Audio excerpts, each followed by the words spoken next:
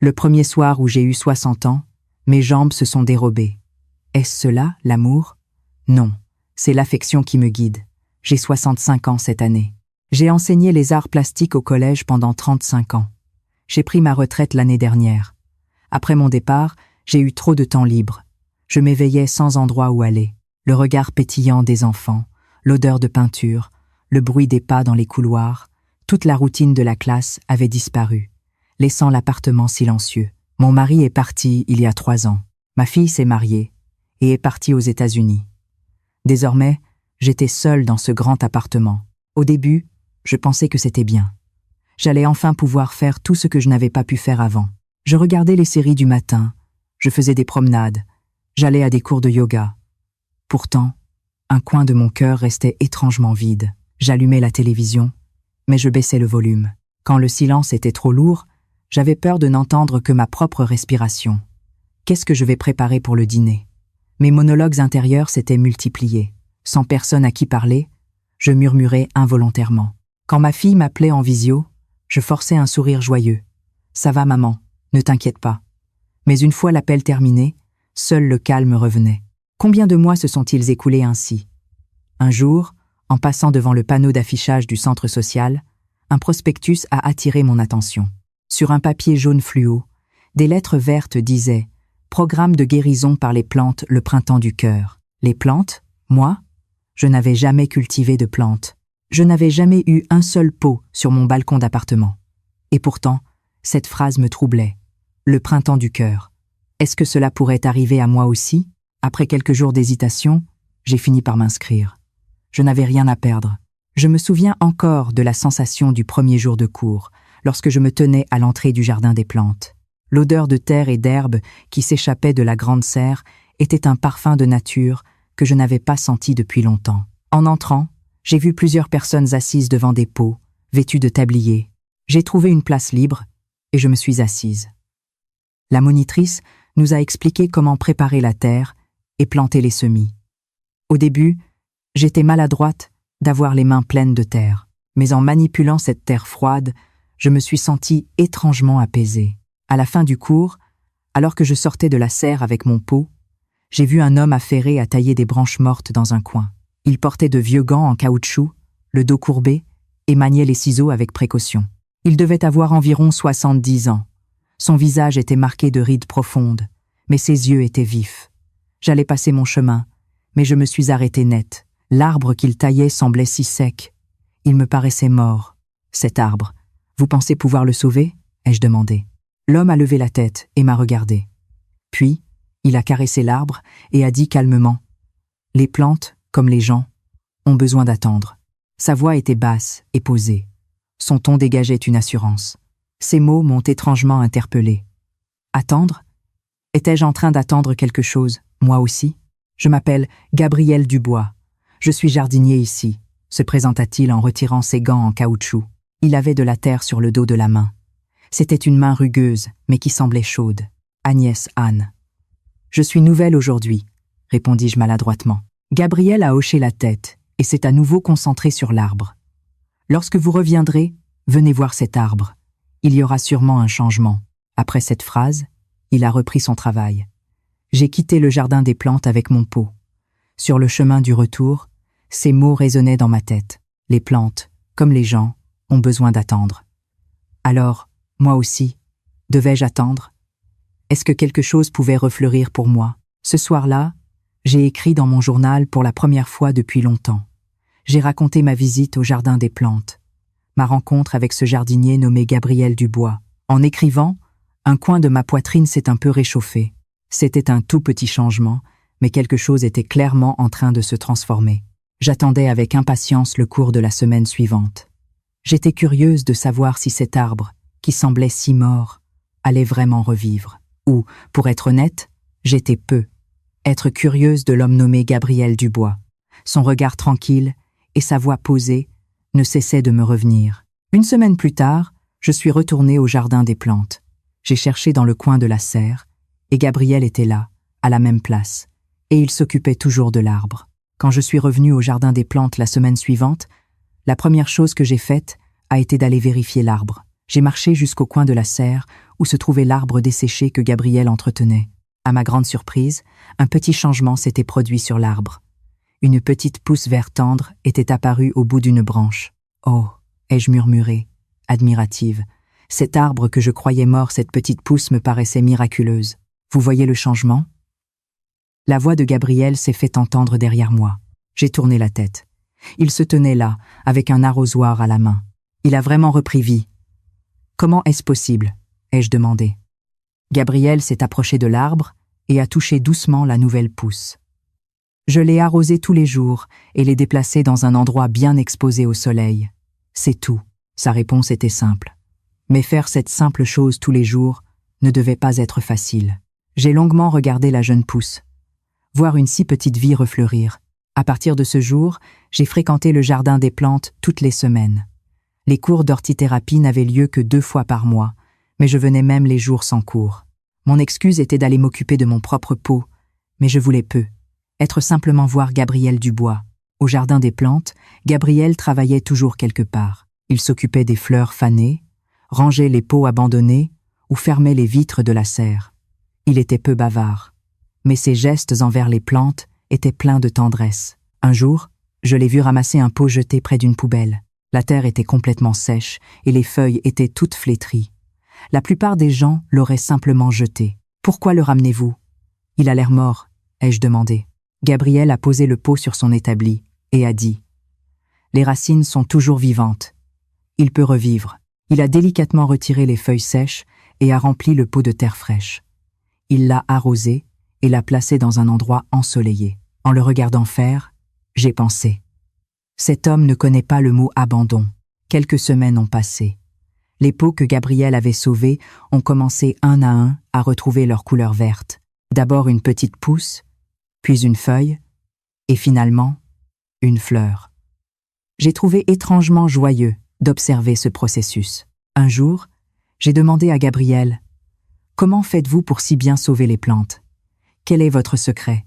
Gabriel a réfléchi un instant et a répondu « Il n'y a pas de secret.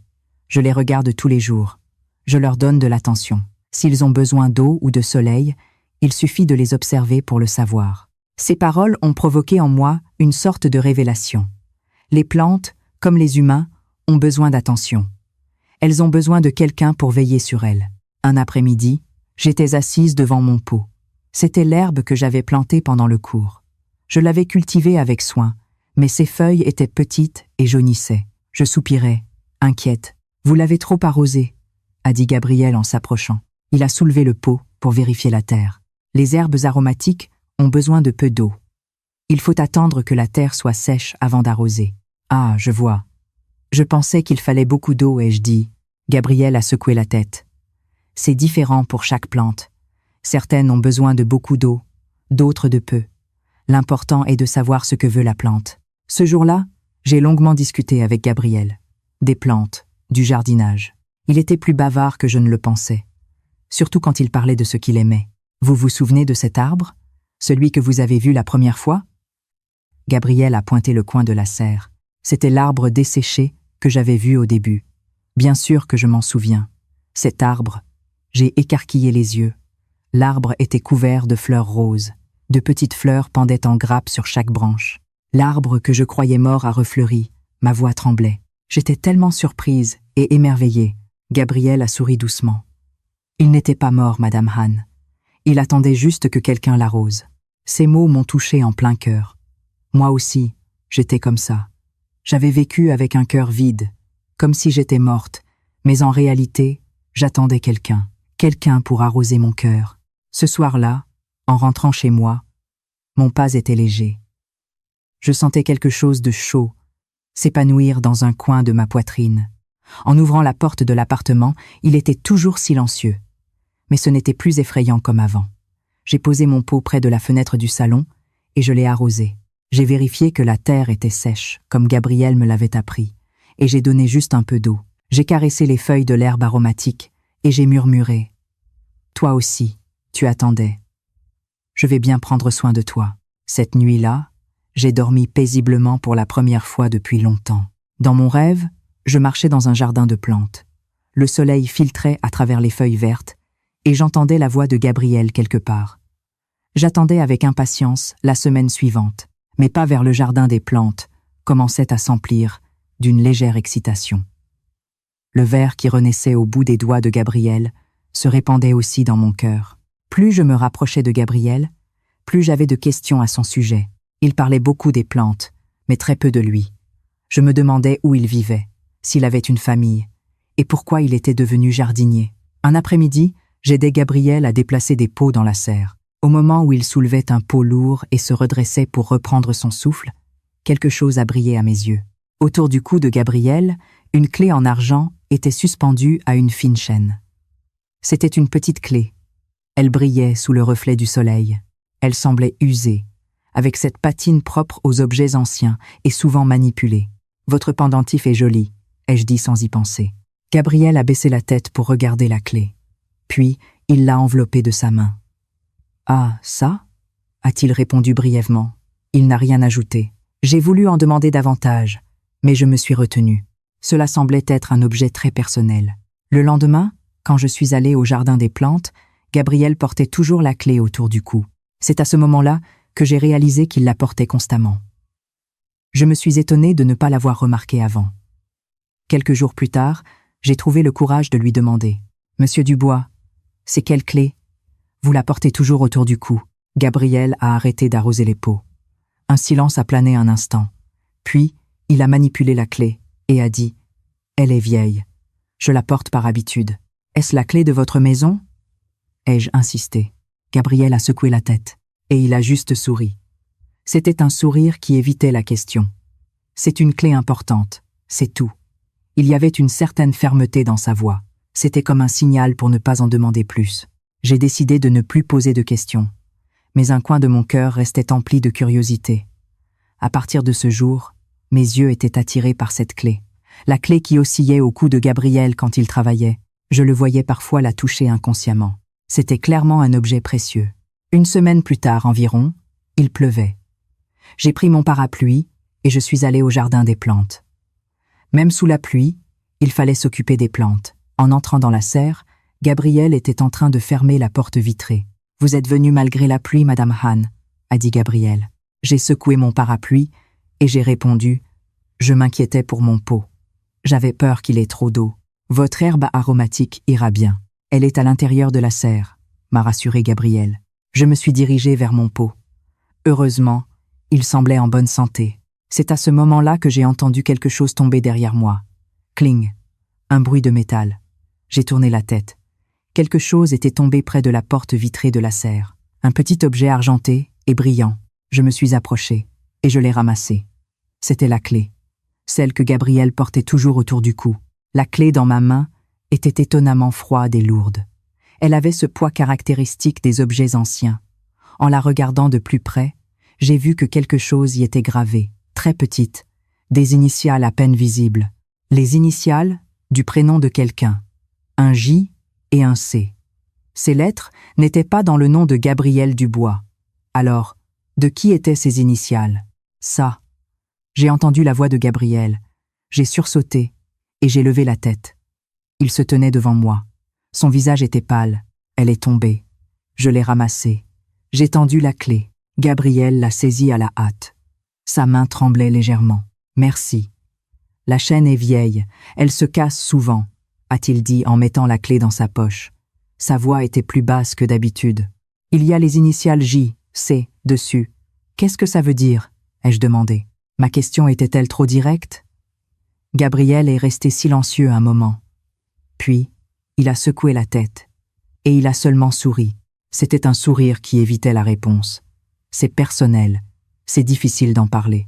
Sa réponse était ferme, mais ses yeux trahissaient. Une tristesse. Je n'ai pas insisté. Je suis désolé.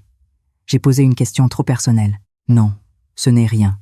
Ça va, a dit Gabriel, mais l'atmosphère était devenue gênante. Ce jour-là, je suis rentré tôt chez moi. Une fois à la maison, cette clé ne cessait de me hanter. La sensation du métal froid, les initiales à peine visibles. J.C. Pourquoi Gabriel tenait-il tant à cette clé? Qu'ouvrait-elle? Cette nuit-là, j'ai eu du mal à dormir. Ma curiosité pour Gabriel grandissait, En même temps, je ressentais une certaine anxiété. L'histoire derrière cette clé semblait lourde. Pendant plusieurs jours, je ne suis pas allée au jardin des plantes. Je me sentais mal à l'aise.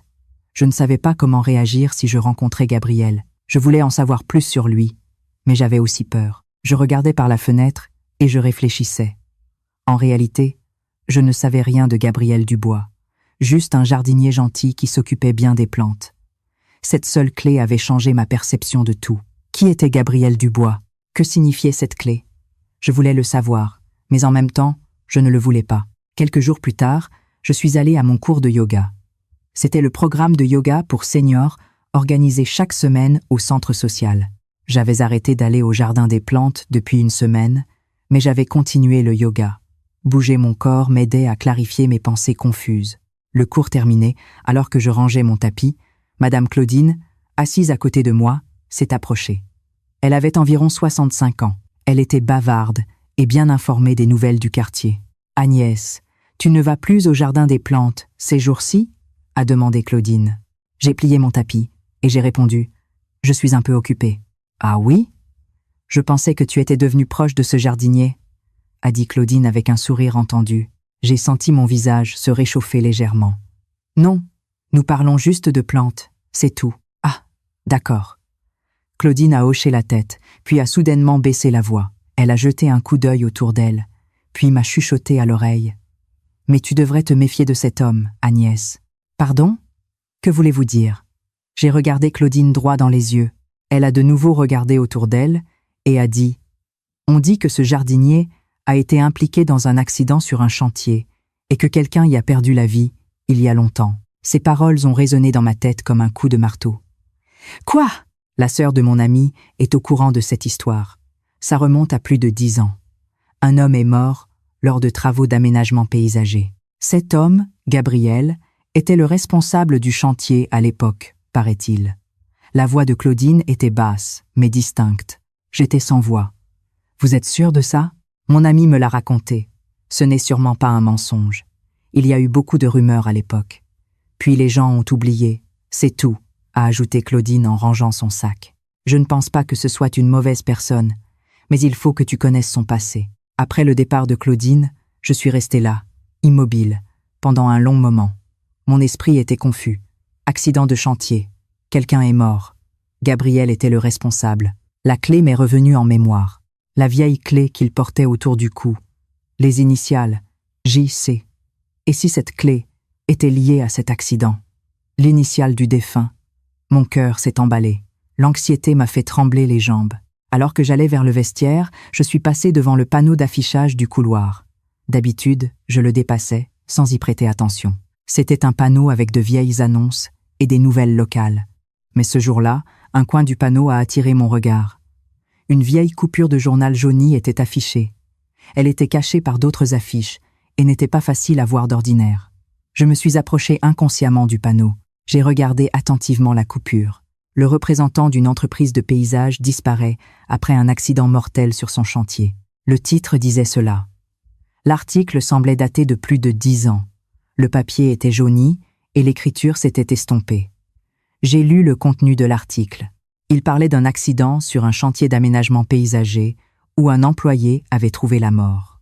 Une vérification de sécurité insuffisante était suspectée d'être la cause. Et il précisait que le responsable du chantier à l'époque, le représentant de l'entreprise de paysage, avait disparu juste après l'accident. À côté de l'article, il y avait une petite photo. Une photo en noir et blanc. La qualité n'était pas bonne, mais j'ai pu reconnaître le visage. C'était Gabriel Dubois. Il paraissait plus jeune que maintenant. Mais c'était bien lui. Ce regard, ce contour du visage, c'était incontestable. Mon cœur a fait un bond. Mes jambes tremblaient. Je me suis accroché au panneau pour garder mon équilibre. C'était vraiment lui. Gabriel Dubois était un entrepreneur paysagiste, quelqu'un qui avait causé la mort de quelqu'un dans un accident et qui s'était enfui. Mon esprit est devenu vide. Les conversations que nous avions eues, ses mains chaudes s'occupant des plantes, son sourire tranquille, tout semblait être un mensonge. Je suis sorti du centre social en chancelant. Je ne me souviens pas du chemin du retour. J'ai juste marché, hébété. Arrivé chez moi, je suis restée assise sur le canapé pendant un long moment. Je regardais par la fenêtre et je pensais. Pourquoi Gabriel avait-il caché cela? Non, il n'avait pas de raison de me le dire. Il n'était qu'une connaissance rencontrée au jardin des plantes. Mais j'avais commencé à lui faire confiance. J'avais commencé à ouvrir mon cœur. Et il avait un tel secret. Quelques jours ont passé. Je n'étais pas allée au jardin des plantes. Je n'étais pas non plus sortie au centre social. J'étais restée seule à la maison. Ma fille m'avait appelée, mais je n'avais pas décroché. Je ne voulais parler à personne. J'ai regardé mon pot, posé près de la fenêtre. L'herbe aromatique, celle que Gabriel m'avait appris à soigner. Ses feuilles semblaient un peu flétries. Je devais l'arroser, mais mes mains refusaient d'agir. Un après-midi, une petite boîte a été déposée devant ma porte. Elle était posée délicatement. Je l'ai ouverte et j'ai trouvé un petit pot. Et un petit mot. Il grandit sainement. « Venez quand vous voulez ». C'était l'écriture de Gabriel. J'ai froissé le mot et je l'ai jeté à la poubelle. J'ai mis le pot dans un coin du balcon. Gabriel n'avait pas demandé pourquoi. Il ne m'avait ni appelé ni cherché pour me demander pourquoi je ne venais pas. Il semblait attendre patiemment, mais je ne pouvais pas revenir. J'avais peur. De lui, de son secret. Une semaine s'est écoulée. J'étais toujours enfermée chez moi. J'avais peur de sortir, peur de croiser Gabriel. Ce jour-là encore, il pleuvait. Une forte pluie frappait les fenêtres depuis le matin. Il y avait des éclairs et du tonnerre. C'était une averse, comme il n'y en avait pas eu depuis longtemps. Dans l'après-midi, la pluie s'est intensifiée. Même un parapluie n'aurait servi à rien. Je me suis tenue à la fenêtre, regardant la pluie. Les gouttes coulaient sur la vitre. Le jardin des plantes m'est soudainement venu à l'esprit. Par un temps pareil, la serre doit être en danger. L'eau ne va-t-elle pas s'infiltrer? Les plantes vont-elles bien? Non. Pourquoi m'en souciais-je? Ça ne me regardait plus, mais un coin de mon cœur restait tourmenté. J'ai aussi pensé à mon pot. L'herbe aromatique que Gabriel m'avait appris à soigner. Je l'avais laissée au jardin des plantes. Que lui était-il arrivé? J'ai pris mon parapluie. Je vais juste y aller et jeter un coup d'œil en passant. Je vais juste aller jusqu'à l'entrée du jardin des plantes. C'est ce que j'ai pensé en sortant. La pluie était plus forte que je ne l'avais imaginé. Le vent était si fort qu'il retournait mon parapluie. Mes vêtements ont été vite mouillés. Mais je ne pouvais pas m'arrêter de marcher. Le jardin des plantes se rapprochait. La serre vitrée était à peine visible sous la pluie. Il y avait de la lumière. Cela signifiait que quelqu'un était là. Je me suis arrêtée devant la serre. Devais-je entrer? Ou devais-je juste faire demi-tour? Complètement trempé par la pluie, il est sorti un instant, en portant quelque chose, puis est rentré. C'était une grande bâche. Je me suis dirigée inconsciemment vers la serre. J'ai regardé à travers la porte vitrée. Gabriel était en train de recouvrir les pots avec la bâche. Ses mains tremblaient. Ses vêtements, gorgés d'eau, pendaient. Mais il ne s'arrêtait pas. Il couvrait chaque pot avec soin.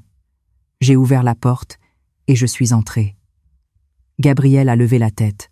Ses yeux se sont écarquillés en me voyant. « Agnès, pourquoi êtes-vous sortie par cette pluie? Et vous, que faites-vous dehors ?» ai-je demandé en premier.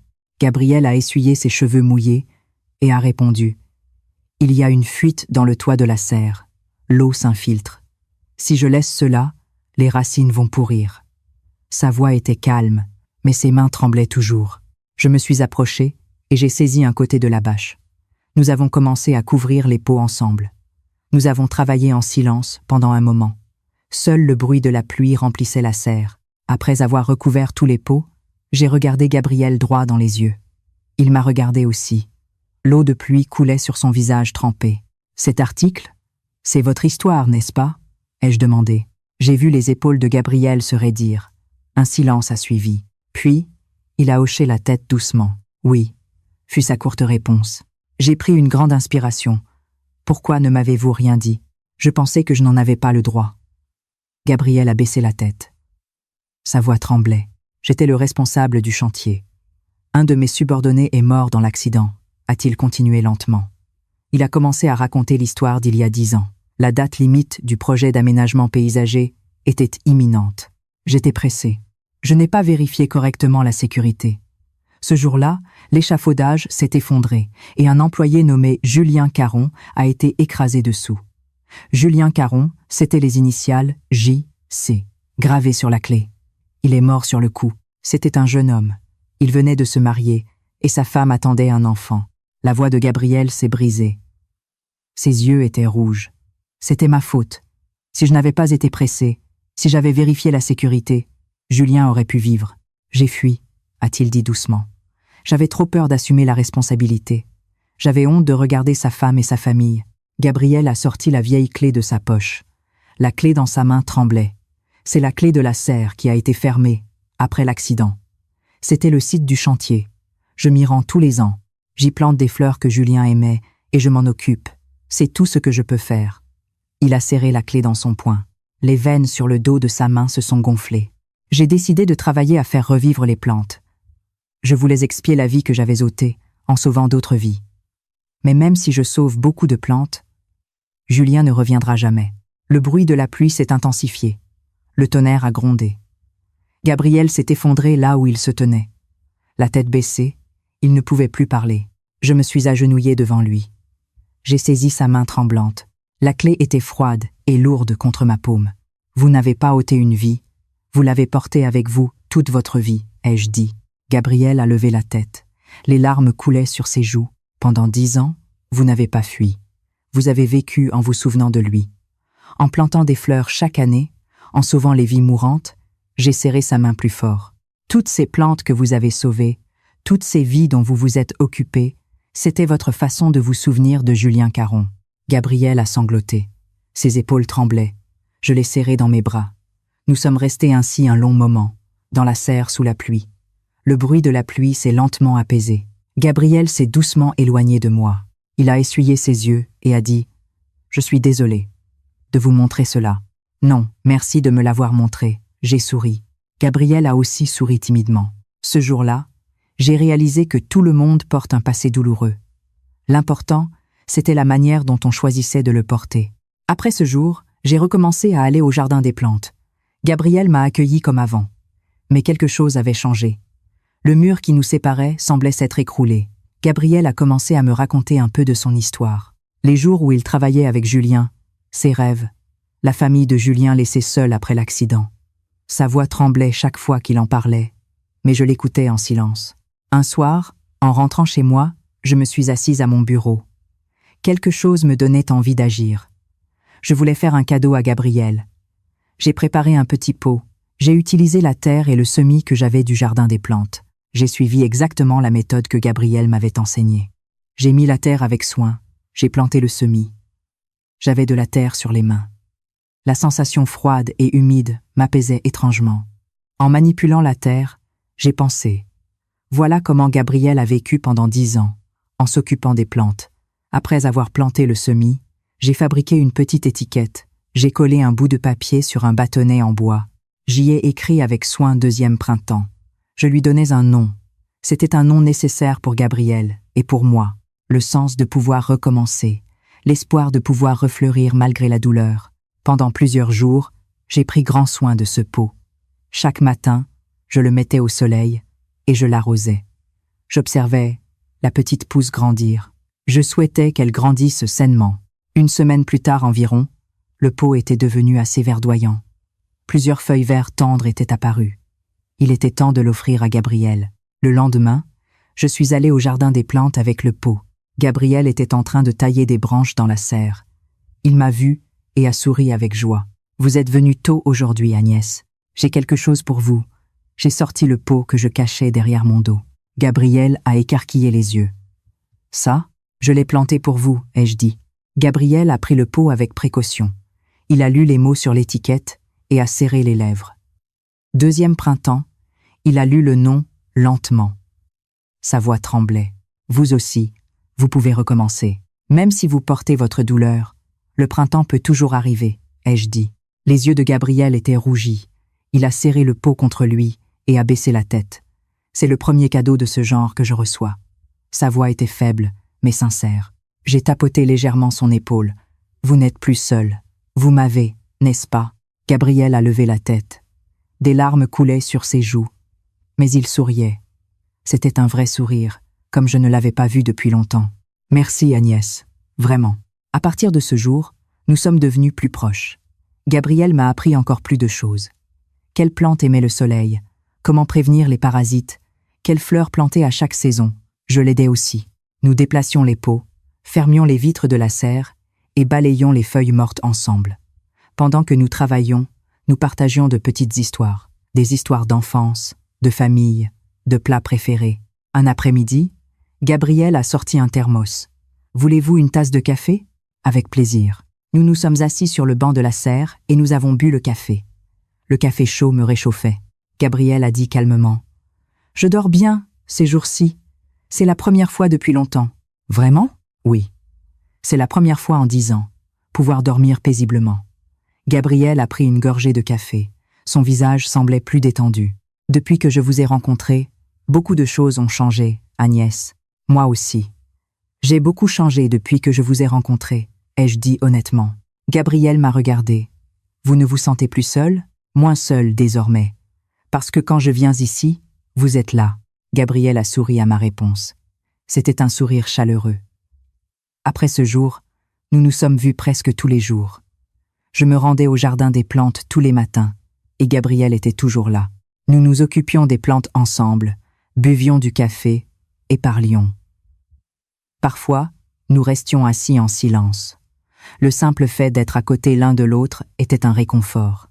La présence de Gabriel avait apporté de la lumière dans ma vie quotidienne. En rentrant à la maison, je ne me sentais plus seule comme avant.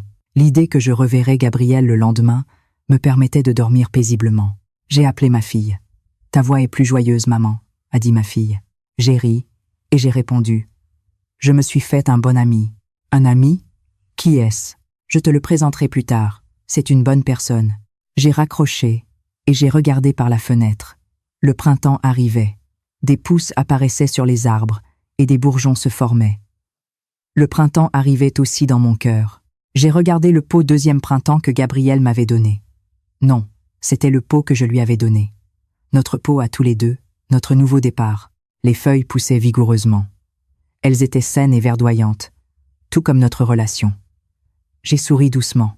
C'était un bonheur que je n'avais pas ressenti depuis longtemps. Avec Gabriel, j'avais l'impression que nous allions bien. Nous allions panser nos blessures mutuelles et guérir lentement. Les étoiles brillaient dans le ciel nocturne. Je suis resté longtemps à la fenêtre à regarder le ciel, en pensant que je devais aller au jardin des plantes le lendemain. L'hiver a cédé la place au printemps. Plusieurs mois s'étaient écoulés depuis que j'avais commencé à fréquenter le jardin des plantes. Gabriel et moi passions maintenant du temps ensemble tous les jours. Nous nous occupions des plantes, parlions, et parfois, nous restions simplement tranquillement ensemble. Fin mars, des bourgeons ont commencé à apparaître sur les cerisiers du jardin des plantes.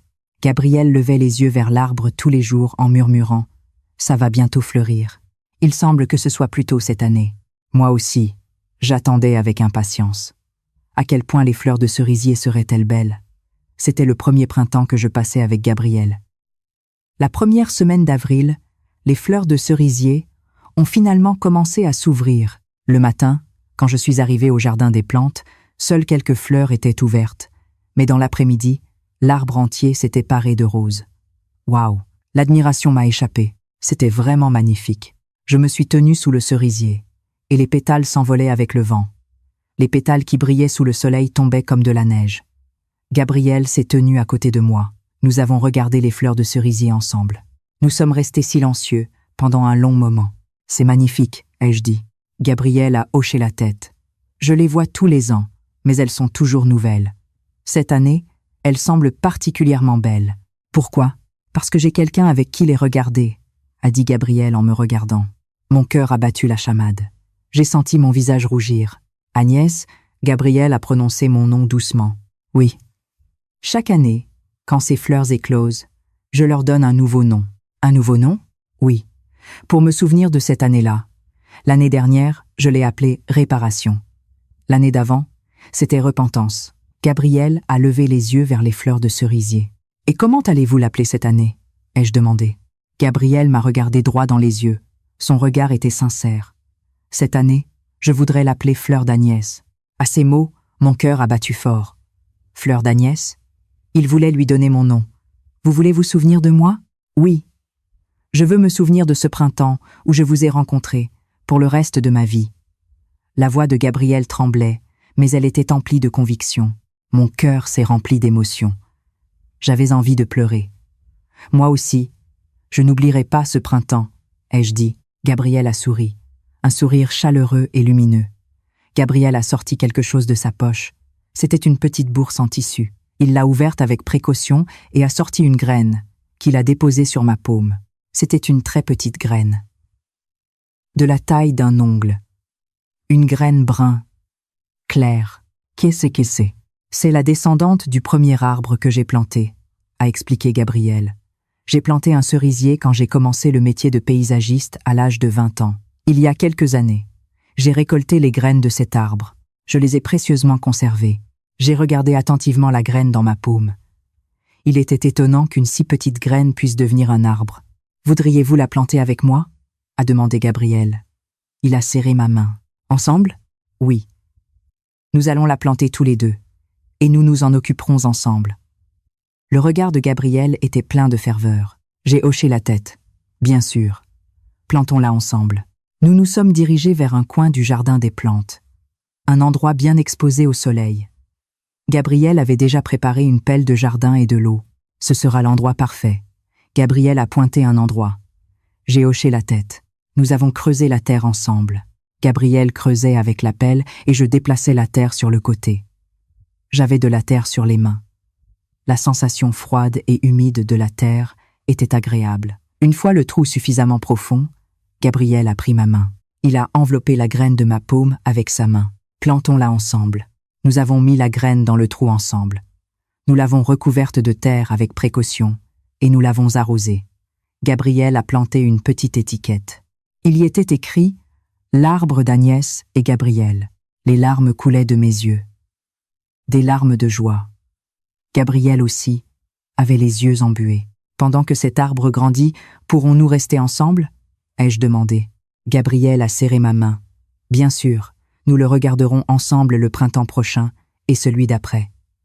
En regardant cet arbre grandir, promis, je le promets, nous nous sommes tenus la main en regardant la graine que nous venions de planter. Elle est sous terre maintenant, mais bientôt elle va germer. Puis elle grandira et deviendra un arbre, comme notre relation. Au début, elle était petite et fragile, mais avec le temps, elle va se renforcer et grandir, a dit Gabriel doucement. Agnès, merci d'être avec moi. C'est moi qui vous remercie. Vous avez ramené le printemps dans ma vie. Nous nous sommes tenus sous le cerisier. Les pétales volaient au vent et tombaient autour de nous. C'était comme s'il neigeait en rose. Gabriel a posé sa main sur mon épaule. J'ai posé ma tête sur son épaule. C'était chaud et apaisant. Je suis heureuse, ai-je murmuré. Gabriel a répondu. Moi aussi. Vraiment. Nous sommes restés ainsi un long moment. Sous le cerisier, profitant de la brise printanière, regardant l'endroit où la graine que nous venions de planter allait grandir. Ce soir-là, en rentrant chez moi, je n'arrêtais pas de sourire. Mon cœur était chaud. Je n'arrivais pas à croire que je pouvais ressentir un tel sentiment à 65 ans. Mais c'était la réalité. Un homme nommé Gabriel Dubois était entré dans ma vie, et nous avions planté un arbre ensemble. Nous nous étions promis le printemps prochain. J'ai regardé par la fenêtre, et les fleurs de cerisier s'envolaient au vent. La fleur d'Agnès. Les fleurs que j'avais nommées dans mon cœur dansaient au gré de la brise printanière. 3 mois se sont écoulés depuis que nous avions planté la graine. Une petite pousse est apparue, et elle avait maintenant la taille de ma paume. Gabriel et moi nous occupions de cet arbre tous les jours. Nous l'arrosions, arrachions les mauvaises herbes, et talions les branches qui lui faisaient de l'ombre. Et pendant ces 3 mois, notre relation avait aussi changé. Un soir, Gabriel m'a demandé prudemment « Agnès, voudriez-vous vivre avec moi ?» Mon cœur a semblé s'arrêter un instant. Gabriel me regardait avec une expression sérieuse. « Ensemble ? Oui. J'habite seule dans une petite maison. Elle n'est pas grande, mais elle est suffisante pour 2. Surtout, elle a un jardin. » Gabriel a pris ma main. « J'aimerais que vous soyez à mes côtés chaque matin quand je me réveille. Prendre le petit déjeuner ensemble, aller au jardin des plantes, et rentrer à la maison ensemble le soir. » Les larmes ont coulé de mes yeux. Je ne m'attendais pas à recevoir une telle proposition à 65 ans. Oui, vivons ensemble, j'ai répondu en souriant. Gabriel m'a serré fort dans ses bras. Nous sommes restés ainsi un long moment. 1 semaine plus tard, j'ai emménagé chez Gabriel. Ma fille m'a félicité par appel vidéo depuis les États-Unis. « Maman, tu as l'air vraiment heureuse. » « Oui, je suis heureuse, » j'ai répondu en souriant. C'était vrai. Depuis quand n'avais-je pas été aussi heureuse? La maison de Gabriel était petite, mais chaleureuse. Il y avait vraiment un petit jardin dans la cour. Plusieurs pots et arbres y poussaient. L'intérieur était simple, il n'y avait que l'essentiel. Mais j'aimais ça. C'était notre première nuit. J'étais dans la cuisine, en train de préparer le dîner, et Gabriel arrosait le jardin. Je pouvais voir sa silhouette à travers la fenêtre. Son dos, arrosant les pots sous le soleil couchant, il semblait serein. Après le dîner, nous nous sommes assis côte à côte sur le canapé du salon. Nous pouvions voir les étoiles à travers la fenêtre. Après être restés assis en silence pendant un moment, j'ai pris la parole la première. C'est ça, l'amour, n'est-ce pas? Gabriel s'est tourné vers moi. L'amour? Oui. Quand j'étais jeune, je pensais que l'amour était comme une flamme, quelque chose de chaud et de passionné. Mais maintenant, c'est différent. J'ai pris la main de Gabriel. Au lieu de la flamme, ça sent la terre. C'est calme, c'est confortable, et on ne s'ennuie pas d'être à côté tous les jours. C'est ça, l'amour, je crois. Gabriel a serré ma main. Une main rugueuse mais chaleureuse. Je pense la même chose. Je tremble toujours quand une fleur éclot. Vous tremblez? Oui. Peu importe le nombre de fois que je le vois, le moment où une fleur éclot me fait trembler. Et je ressens la même chose quand je vous vois. Je tremble, je suis ému, et je suis reconnaissant. La voix de Gabriel tremblait. Grâce à vous, mon printemps est revenu. J'ai vécu 10 ans en hiver, et vous m'avez ramené le printemps. J'ai posé ma tête sur l'épaule de Gabriel. J'entendais les battements de son cœur. Un son régulier et chaleureux. Vivons ensemble longtemps, longtemps. Oui, jusqu'à ce que l'arbre que nous avons planté devienne grand. Nous nous sommes tenus la main. Les étoiles brillaient à travers la fenêtre, et le bruit des grillons venait du jardin. C'était une nuit parfaite. Dès le lendemain, nous sommes allés au jardin des plantes ensemble. Nous nous levions ensemble le matin, prenions le petit déjeuner et marchions jusqu'au jardin des plantes, main dans la main. Maintenant, le jardin des plantes était un jardin entretenu, non pas par une seule personne, mais par deux. J'aidais Gabriel dans son travail. Je déplaçais les pots, taillais les fleurs et accueillais les visiteurs. J'aimais travailler, parce que j'étais avec Gabriel. À l'heure du déjeuner, nous nous asseyions sur le banc pour manger notre pique-nique. Des sandwichs ou des salades que j'avais préparées le matin. Gabriel disait toujours que c'était délicieux, c'est le meilleur du monde. C'est un simple sandwich. Vous mentez, c'est la vérité. Parce que c'est vous qui l'avez fait. Nous rions en mangeant. Ces petits moments étaient le bonheur. Les saisons ont changé. L'été est venu, l'automne est venu, et l'hiver est revenu. L'arbre que nous avions planté a continué de grandir. Il était maintenant à la hauteur de ma taille. Un jour d'hiver, Gabriel a fabriqué une petite étiquette et l'a plantée à côté de l'arbre. C'était une jolie étiquette, en bois sculpté. Il y était gravé « Deuxième printemps ». Agnès Hahn. Gabriel Dubois. J'ai pleuré en voyant cette étiquette. Des larmes de joie. Gabriel m'a serré dans ses bras. C'est notre arbre et notre printemps. Merci, Gabriel. C'est moi qui vous remercie, Agnès. Ce soir-là, nous étions assis dans le salon en regardant un album photo. Des photos que j'avais prises. Gabriel travaillant au jardin des plantes. L'arbre que nous avions planté ensemble. Nous deux sous les fleurs de cerisier. Ce sont des photos de notre bonheur, a dit Gabriel. J'ai hoché la tête. Je vais en prendre beaucoup d'autres. Nous allons le remplir avec notre histoire. C'est une bonne idée. Remplissons-le ensemble, pour le reste de nos vies. Nous avons fermé l'album, et nous avons bu du thé. Un thé aux herbes. Un thé fait avec les herbes que j'avais cultivées. La neige a commencé à tomber par la fenêtre. La neige blanche a recouvert le jardin. L'arbre que nous avions planté était aussi sous la neige. Notre arbre fleurira-t-il le printemps prochain? Ai-je demandé. Gabriel a hoché la tête. Probablement. Les cerisiers fleurissent généralement après 3 ou 4 ans. Nous pourrons le voir l'année prochaine. J'ai hâte, moi aussi. Ce sera la première fleur que nous verrons ensemble. Nous nous sommes tenus la main en regardant le jardin enneigé. C'était calme et paisible. Je n'étais plus seul. Gabriel était à mes côtés. L'amour que j'avais trouvé à 65 ans n'était pas en retard. Au contraire, c'était le moment idéal. L'âge où nous pouvions comprendre les douleurs de la vie et nous comprendre mutuellement. Gabriel a posé sa tête sur mon épaule. J'ai serré sa main. Notre deuxième printemps ne faisait que commencer.